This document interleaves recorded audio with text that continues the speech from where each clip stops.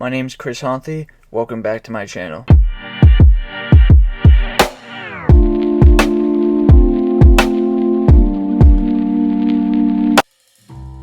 I started off my month on June 2nd with Love, Gilda. This is just your basic documentary. It's a good watch, but it's definitely not one of the best documentaries I've ever seen. On the 4th, I finally rewatched Black Panther. So last time I saw Black Panther was in theaters. I think I was wrong from my first impression because I thought the hype was so big around the release of this movie that it killed the momentum for me when I finally watched it. I think Black Panther does a super great job at showing where he came from. The one thing that I have to take away from this movie is that the CGI is really bad in a lot of this movie. There's scenes where they're fighting on the cliff, and in the background you just see fake clouds.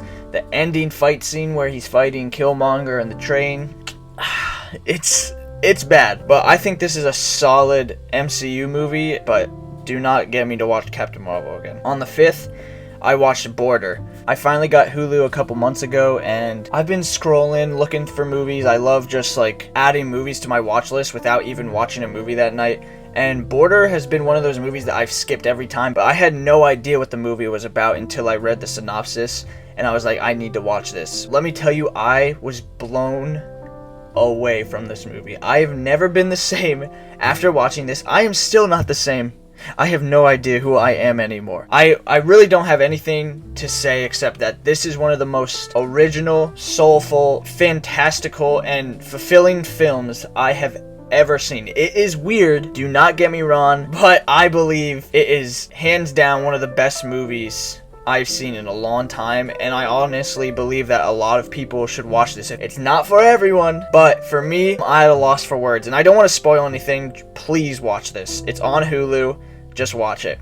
The same night, I watched High School Musical with my family. It's not as great as I remember, but it's a classic. You can't go wrong with High School Musical. On the 8th, I watched Snatch for this first time. I was recommended this from my friend at work, and oh my god, I really loved this movie. I think this is one of the best ensembles in movies that I have ever seen. It has some of the best humor I have also ever seen in a movie. And Brad Pitt, this man is a genius. I have never loved him more than I do now. I thought his character was hilarious. I highly recommend this movie. You've probably already seen it because it came out in 2000, but if you haven't, please watch it. It's brilliant. On the 10th, I watched Shoplifters. I was not feeling this at first. I picked up my phone a couple times. I looked around the room. I fiddled my fingers. But then I started picking up on the subtle things they were doing in this movie that didn't add up at first. And when I finally got those subtle things, this movie became almost a masterpiece for me. Almost. When I finally made it to the end and the truth came out of what happened in this movie, I was glued to the TV. The slow and precise storytelling really helped make me have a strong bond with all the characters. I truly think that because of the slowness of the movie, you're so invested without knowing because it's so real that by the end you're so invested you don't want it to stop. On the 11th, I rewatched The Disaster Artist. Rewatching this only assured me that this wasn't a perfect movie, but it is awesome. It's pretty great. James Franco gives one of the best performances ever, and everyone needs to rewatch this and hype him up so we can get a Birdemic movie. On the 12th, I watched The King of Staten Island. I highly anticipated this movie. This movie wasn't everything I wanted it to be, but Pete Davidson was. He shined in this role, and if you haven't seen it, I highly recommend it. Pete Davidson is someone to look out for. That night, I watched Thor Ragnarok. Thor Ragnarok, to me, is hands down one of the greatest looking and most fun Marvel movies I have ever watched. On the 13th, I watched Da 5 Bloods by Spike Lee. Spike Lee always delivers, and this might be one of my favorite I have seen from him. It does drag a little too long, but not to the point that it made me want to stop watching. This was a perfect movie for this time and place, and I believe it's a must watch. On the 14th, I rewatched The Interview. This movie is so wrong in so many ways, but it is truly one of my favorite comedies ever. I don't care what anybody says. I truly believe it is a hidden gem and highly underrated. We need some stupid shit to laugh about, and this movie is perfect for that. If you just want something really dumb to watch but also funny as hell, watch this movie. On the 16th, I watched Dick Tracy. I honestly don't know why I watched this. This movie is kind of trash, but I'm gonna say it. Al Pacino's best role ever. The same night, I rewatched Toy Story. I'm very biased when it comes to this movie because I watched this movie almost every night when I was a kid. I don't care what anybody says. This movie is perfect. It's hands down one of the best movies ever made. I will say that till I die. On the 17th, I rewatched The Goonies. Me and my girlfriend went to a drive-in. Movies aren't made like this anymore. Right after The Goonies, I watched Jumanji: The Next Level. When this first started, I was really into it. I was laughing almost every couple minutes, but then as the movie kept going, it started to fizzle out. It's a fun movie. I like the original Jumanji the most. I love that movie just as much as Toy Story because I used to watch it all the time. And I also believe Jumanji: Welcome to the Jungle is a better adaptation from that movie. If you just want a good time and you did like the first one, I would say go watch this. On the 18th, I watched Toy Story 2. Now, out of all the Toy Stories, this one is the one that I knew nothing about really going into it because I haven't seen it since I was like 8 years old. I've been sleeping on this movie for such a long time. This is such a great installment to the Toy Story movies. Every single one of these knock it out of the park, and this is one you can clearly see the upgrade from the first movie. While watching this one, all I could think was only if Andy knew the shit these toys go through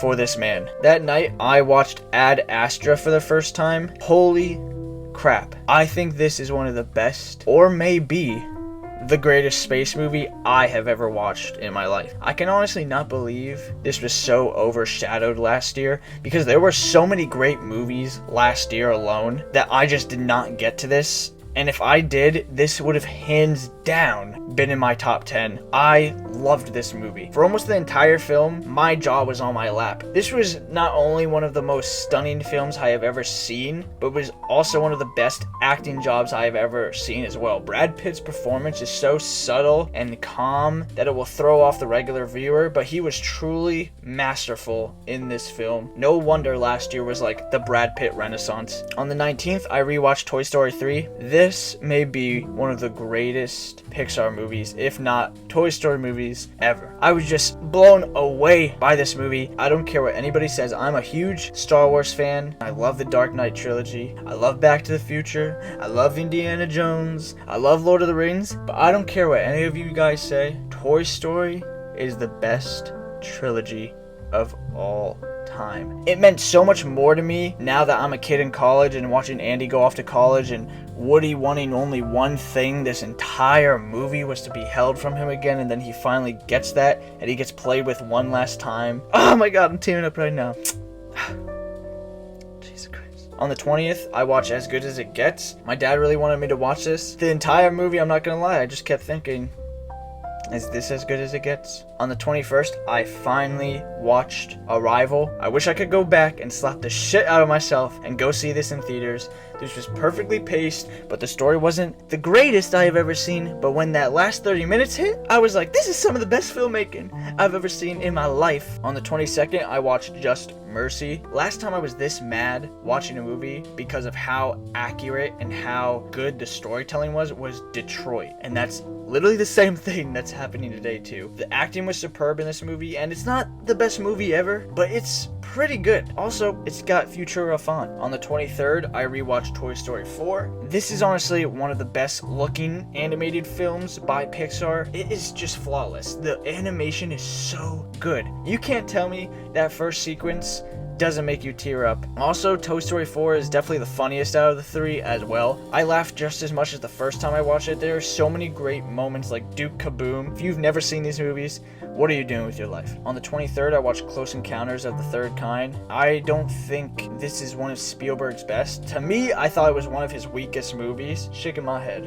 3.5. On the 24th, I watched Close Up on the Criterion channel. I've been wanting to watch this ever since I saw the Safdie brothers recommend this on their YouTube channel, and I think it's amazing for what it captures. I recommend that you look up the story before you watch the movie. On the same night, I watched Lobster for the first time. Once you get to know me, you know I say I love a lot of films, but I am not kidding when I say I loved this movie. Like, I truly loved every second. I'm upset at myself for always pushing this one off, because I've actually had this in my movie case for a long time. At the end of the day, this movie is masterful. On the 25th, I had to keep watching. I watched Killing of a Sacred Deer. This film may be, dare I say it, perfect. I have so much to say, but nothing to say at all. Every line, every moment, every cut, it all seems expertly put together. It's so goddamn weird and kind of heartbreaking, but also funny for how outrageous it is, and dark. If you haven't seen these movies, watch them. I love them, and I'll be watching them again very, very soon.